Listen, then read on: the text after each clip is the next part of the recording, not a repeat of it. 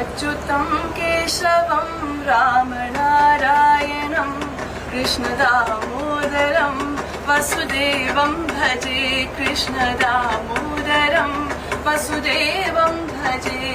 Indians हैं वो तो मतलब बुत परस्त लोग हैं सारे के सारे। इस्लाम पहले था या हिंदुइज्म ज़्यादा पहले पुराना धर्म?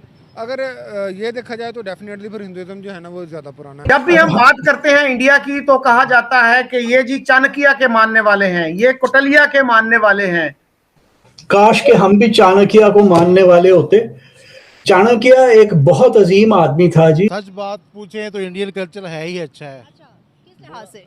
बुरा है ही नहीं है। जितना प्यार मोहब्बत हिंदुस्तान के लोगों में है वो किसी भी पूरी दुनिया में नहीं है। तो आज भारत में उन्होंने ऐलान कर दिया 2035 तक वो स्पेस स्टेशन बनाने जा रहे हैं और 2040 तक वो मैन्ड मिशन लेके जा रहे हैं चांद के ऊपर। ऑलमोस्ट पाकिस्तान को भी इंडियंस ही काउंट किया जाता है। सऊदी अरब में तो मंदिर बना दी ना उन्होंने, वहाँ पे क्लब भी बन गए हैं, वहाँ पे डांस हो रहे हैं। अब पिछले दिनों में इंडिया की आई हुई थी वो, वहाँ पे वो स्मृति ईरानी उसको मस्जिद नबी का विजिट करवाया। क्या लोग ये गफलत की तरफ पड़े हुए हैं। इस पूरी दुनिया को अगर सिविलाइजेशन, संस्कार, विजन, फोकस, सक्सेसफुल का मंत्र अगर किसी से सीखना है तो वो सनातनियों से सीखे। हिंदू जो हो अपने मजहब में जूता लेके अपनी रसोई बर्ची खाने में नहीं, किचन में नहीं जाते जहाँ खाना पकाते हैं। ठीक है, हमें तो एज ए मुस्लिम इस चीज़ का ज़्यादा एहतियात करना चाहिए। मुल्क के लिए भी हम ही रहेंगे। मैं तो कहती हूँ ऐसे लोगों को ना चुराहे में सजा मिलनी चाहिए, लोगों को सबक मिले कि हमारा आइन होना चाहिए। पाकिस्तान के कल्चर की बात करें तो इस वक्त पाकिस्तान आइडेंटिटी क्राइसिस से गुजर रहा है। पाकिस्तान का अपना कोई कल्चर नहीं है, बल्कि हम मिला जुला पूरी दुनिया का कल्चर अडॉप्ट किए हुए हैं।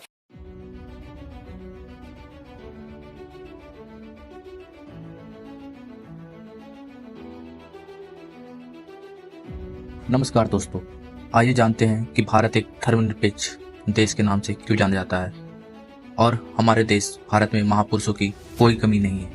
हमारे देश में चाणक्य और कौटिल्य जैसे महापुरुषों के नाम से जाना जाता है।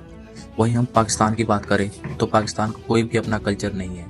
पूरी दुनिया के कल्चर इन्होंने अडॉप्ट किया हुआ है।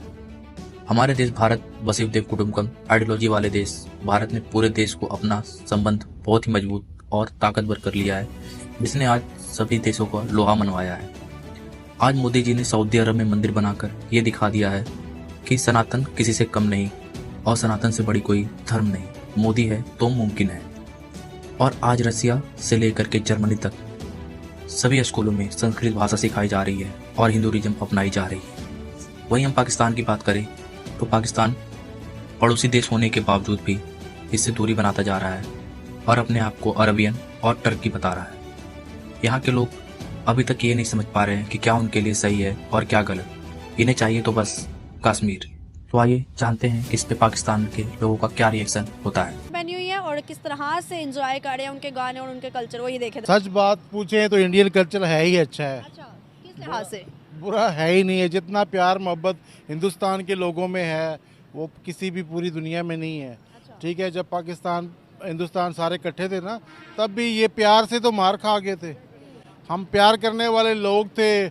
हमारे पास लोग तिजारत करने आते थे, फिर वो हम पे काबज़ हो जाते थे, फिर हम पे घूमते करते थे। तो जो उनका कल्चर है उनमें बड़ा प्यार मोहब्बत है, भाईचारा है, इसीलिए हर कोई अडॉप्ट करता है ना।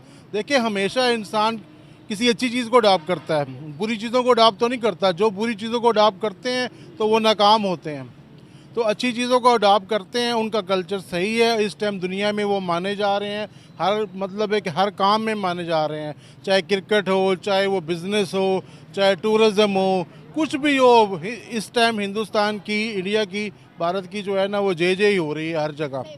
क्या वजूहत है कि पाकिस्तान ने भी उनके कल्चर को कॉपी किया है? हम अपनी शादी ब्याह में हर जगह पे उनके कल्चर को फॉलो करते हुए मनाते हैं, लेकिन फिर भी हम एक्सेप्ट नहीं करते कि हमारा जो कल्चर है वो इंडिया का है।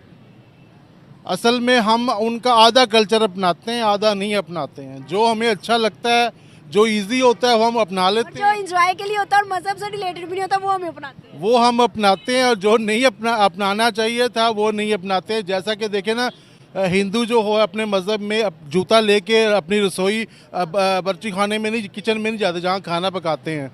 ठीक है, हमें तो एज ए मुस्लिम इस चीज़ का ज़्यादा एहतियात करना चाहिए। ठीक है, तो वो चीज़ें हम अडॉप्ट नहीं करते जो। और वो दूसरी बात है कि हिंदू किसी को जल्दी धोखा नहीं देते, ठीक है। अब ये कल्चर भी हम अडॉप्ट नहीं करते, हम वहाँ उनके जो गलत कल्चर है सारे अडॉप्ट करते हैं, जो उनके रियल अच्छे कल्चर है जो दुनिया को पसंद आते हैं वो हम अडॉप्ट नहीं करते हैं, क्योंकि उसमें फिर मुशक्कत करनी पड़ती है।